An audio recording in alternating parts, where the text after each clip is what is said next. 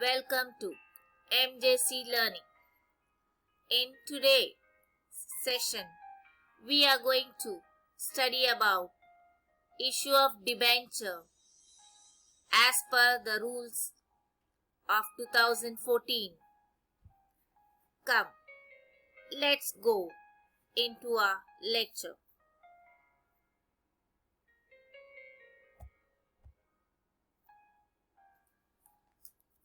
Provision of Companies Rule 2014 for issue of debenture.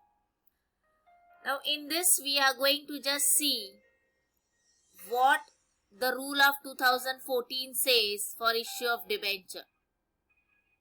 The first point is tenure of secured debenture. Now tenure means period. How much time?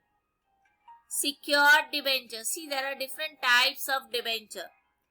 Bearer debenture, registered debenture, convertible and non-convertible debenture, secured and unsecured debenture. Here we are talking of secured debenture. What is the time period of secured debenture? Now all debenture is to be returned within 10 years. I just repeat, any type of debenture, let it be any type of debenture. All debenture is to be redeemed means returned within 10 years. Only few companies which are like engaged in infrastructure or Reserve Bank of India, they can redeem debenture not more than 30 years. That means this companies which are engaged in infrastructure like machineries, spare parts, big boilers, you can say they are all infrastructure. So that such type of companies or RBI can redeem the debenture within 30 years. The rest have to redeem it within 10 years. So tenure means the period, the time, within how much time debenture, secured debentures money is to be returned. So mostly all the debenture is to be returned within 10 years. Only companies which are engaged in infrastructure, RBI, they are going to redeem within 10 years, 30 years, sorry. So tenure का मतलब है वक्त, कितने समय के अंदर secured debenture को पैसा रिटर्न हो जाएगा. सो सारे डिबेंचर के पैसे मोस्टली 10 इयर्स में रिटर्न होते हैं. अब कुछ कंपनीज ऐसे हैं जो इंफ्रास्ट्रक्चर में इन्वॉल्व है या रिजर्व बैंक ऑफ इंडिया, इनके पास टाइम है कि आप 30 साल के अंदर पैसे को रिटर्न कर सकते हो. Second point says create charge on asset. See, when we are selling debenture, company always gives a charge on asset for secured debenture. Secured debenture को कुछ लिख के मिलता है.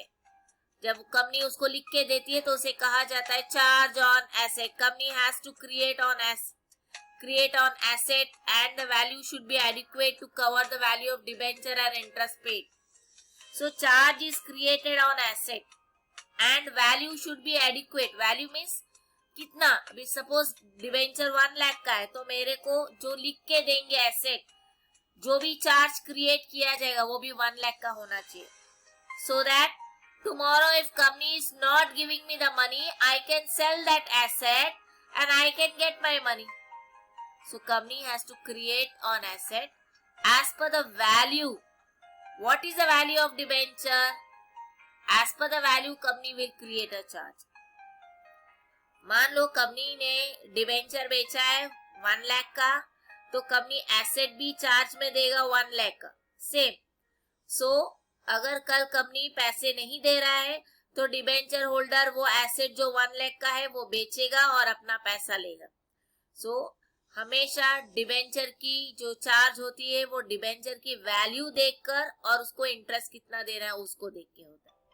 सो चार्ज ऑन एसेट, कंपनी के पास एसेट होना चाहिए जिसके ऊपर कंपनी चार्ज कर सकती है. Next third point says about debenture trustees. Now trustees are the people who protect the debenture holder. See, these are the trustees. ये लोग ना debenture holder को संभालते हैं. So when company is going to issue prospectus for selling debenture, company has to appoint debenture trustees.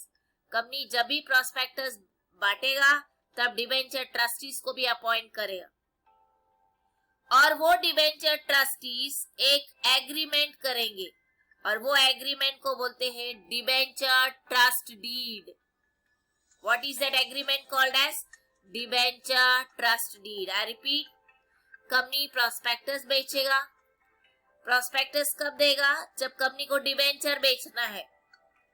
और company जब भी debenture बेचना चाहेगा अपॉइंट करेगा डिबेंचर ट्रस्टीज और वो लोग कॉन्ट्रैक्ट बनाएंगे, कॉन्ट्रैक्ट साइन करेंगे, एक्सिक्यूट डिबेंचर ट्रस्ट डीड यानी कॉन्ट्रैक्ट साइन करेंगे.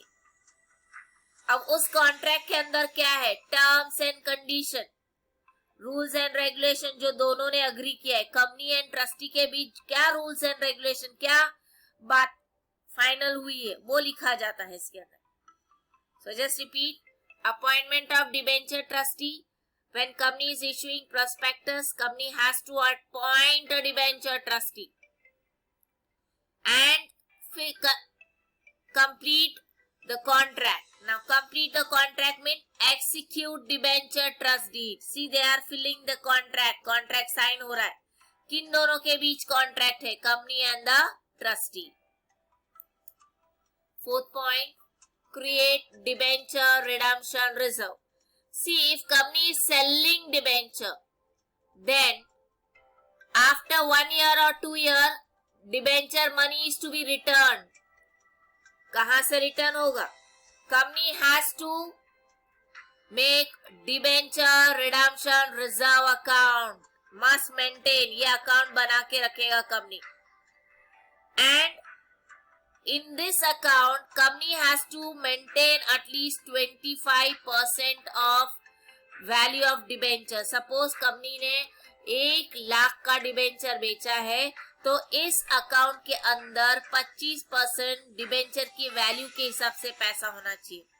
डिबेंचर की वैल्यू इज 1 लाख, तो इसके अंदर कितना होना चाहिए? 25,000. 25% है वो उस अकाउंट के अंदर होना चाहिए. सो दैट ये अकाउंट के अंदर जो पैसे है उस पैसे से कंपनी डिबेंचर होल्डर का रिटर्न कर सकता है डिबेंचर के पैसे. So company has to create debenture redemption reserve account. Profit जितना आता है उसमें से कुछ प्रॉफिट के हिस्से ये अकाउंट में डाला जाएगा. कितना होना चाहिए इस अकाउंट में? मिनिमम 25% तो होना चाहिए. डिबेंचर जितना है उसका 25%. मेरा डिबेंचर 1 लाख का है तो 25% कितना हुआ? 25,000. उतना तो इस अकाउंट के अंदर होना चाहिए. और वो अकाउंट में से मनी पैसे निकाल के कंपनी यूज करता है रिडम्पशन के लिए, यानी डिबेंचर के पैसे को रिटर्न करने में काम आता है. सो ये एक टॉपिक था. अब इसके बाद का जो टॉपिक है, सेबी क्या कहता है डिबेंचर इशू करने से. Requirement as per SEBI for issue of debenture. Debenture बेचना है तो सेबी क्या कहता है? सेबी पहला पॉइंट बताता है मिनिमम सब्सक्रिप्शन, यानी कम से कम तो डिबेंचर बिक जाना चाहिए और कलेक्ट हो जाना चाहिए. जितना टाइम बोला है उस टाइम के अंदर. As per SEBI minimum subscription of 75% is to be collected. इतना तो कलेक्ट होना चाहिए. अगर बोला है 2 महीने के अंदर डिबेंचर बेच दो तो वो 2 महीने के अंदर कंपनी एटलीस्ट 75% डिबेंचर बिक जाना चाहिए. अगर कंपनी बेच नहीं पाए, company is not able to collect minimum, कम से कम शेयर नहीं बिक पाया, तो जिस दिन लास्ट डेट है शेयर बेचने का, डिबेंचर बेचने का, उस दिन से 12 दिन के अंदर जितने जन से भी पैसे लिए रिटर्न कर देना है. I just repeat, minimum subscription means minimum share to be sold by the company to the public. How much is the minimum subscription? 75% minimum subscription है. इतना तो शेयर बिक जाना चाहिए. If company is not able to sell, तो जितना भी पैसा लिया है और जब कंपनी पूरा शेयर नहीं बेच पा रहा है, डिबेंचर पूरा नहीं बिक पा रहा है या 75% नहीं बिक पा रहा है, तो 12 दिन के अंदर, जिस दिन डिबेंचर का डेट खत्म हो गया उस दिन से 12 दिन के अंदर कंपनी अपना डिबेंचर के पैसे रिटर्न करेंगे। सी एग्जांपल, कंपनी के पास है 10 लाख के डिबेंचर बेचने हैं। अब 10 लाख के डिबेंचर बेचने हैं, मगर कितना कलेक्ट होना चाहिए? Minimum 75%। So I have taken 10 lakhs multiply by 75 divided by 100। कितना मिला? 7,50,000 मेरा शेयर डिबेंचर बिक जाना चाहिए, तो ही हमारी कंपनी चलेगी। नहीं तो सबका पैसा कितने दिन के अंदर देना है? It has to be returned within 12 days if company is not able to collect 75%. Second point, retention of over subscription. Retention यानी to keep, retain यानी रखना, over subscription. सपोज मुझे 1 लाख का डिबेंचर बेचना है और मैंने मार्केट में 1 लाख का डिबेंचर दिया भी है, बट उतने लोगों ने फॉर्म भरा कि 2 लाख का डिबेंचर पब्लिक ने डिमांड किया, ओवर सब्सक्रिप्शन हो गया। 1 लाख मांगा है मगर 1 लाख से 2 लाख का डिबेंचर एप्लीकेशन आया, तो that is called over subscription. 1 lakh के कम है तो अंडर सब्सक्रिप्शन। जब ज्यादा बिक गया है, जितना मैंने रखा है मार्केट में 1 लाख उससे ज्यादा बिक गया है, तो इट इज ओवर सब्सक्रिप्शन। तो कंपनी क्या कर सकता है? कंपनी कैन रिटेन, कंपनी रख सकता है, एक्स्ट्रा जो पैसा आया है वो रखेगा, पूरा का पूरा 100% जितना आया है, 1 लाख का 2 लाख आया है वो 100%, वो वैसे का वैसे ही कंपनी अपने पास रख सकता है। Underwriting, third point we come to underwriting. If company is issuing debenture, always company will go to the underwriter. Underwriter is a person who takes the debenture when company is not able to sell. Okay, who purchases the remaining debenture when company is not able to sell. So underwriter can be a bank, underwriter can be an LIC, underwriter can be any big companies जो company जब share नहीं बेच पा रहा है तो वो बचा हुआ शेयर वो लोग ले लेंगे और कंपनी को जो पैसा चाहिए उतना दे देंगे। सो कंपनी क्या करता है? पहले अंडरराइटर के पास जाएगा। Company enters into an underwriting agreement with underwriter. Debenture बेचना है तो पहले अंडरराइटर के पास जाओ। For example I will tell you, अगर हमारे यहाँ डांडिया हो रहा है एंड मुझे पता है कि यहाँ पे लोग ज्यादा नहीं आएंगे, आई विल से वहां पे मैं वहां लिखती हूँ Salman Khan is the chief guest, मैंने ऐसा लिख दिया है उधर नोटिस में, एंड वो नाम देख के ही क्या होगा, वहां का पासेस बिक जाएगा। ओके, सेम वे अंडरराइटर का भी नाम प्रोस्पेक्टस में लिखा जाता है। अरे इतना बड़ा आदमी इस कंपनी में अंडरराइटर है तो बहुत अच्छा कंपनी है, चलो हम लोग डिबेंचर खरीद लेते, तो नाम से ही डिबेंचर बिक जाएगा। इसके लिए कंपनी हमेशा अंडरराइटर का नाम पहले से ही लेटर ऑफ ऑफर या प्रोस्पेक्टस में लिख देते। Always company has to enter the name of the underwriter. Madhuri Dixit is coming, oh yes, dandiya के पास आज सारे बिक जाएंगे। सो इट इज, कौन है उधर? बहुत बड़ा इंसान जो बहुत रिच है और जो कंपनी फेमस है, और वैसे लोग अगर अंडरराइटर बन रहे हैं तो कंपनी का सारा डिबेंचर बिक जाएगा। सो वो अंडरराइटर का नाम कहाँ लिखा जाएगा? प्रोस्पेक्टस के अंदर। Come to the next and the last point, credit rating. मेरा क्रेडिट रेटिंग क्या है? सपोज मैंने लोन लिया है बैंक में एंड हर महीने का मेरा EMI बराबर जा रहा है। ओके, 4 साल, 5 साल, 10 साल का मैंने बैंक में लोन लिया और मेरा EMI यानी हर महीने जो मुझे रिटर्न करना है बैंक को बराबर जा रहा है, तो मेरा क्रेडिट रेटिंग बहुत अच्छा होगा। सो कंपनी को भी अपना क्रेडिट रेटिंग निकालना है कि हम अगर लोगों से उधार लेते हैं तो पैसा रिटर्न बराबर करते हैं या नहीं, उसका क्रेडिट रेटिंग एजेंसीज देगा। सो कंपनी अपने क्रेडिट रेटिंग एजेंसी के पास जाएंगे, वहां पे अपना क्रेडिट रेटिंग लेंगे और अपने प्रोस्पेक्टस में लिखेंगे।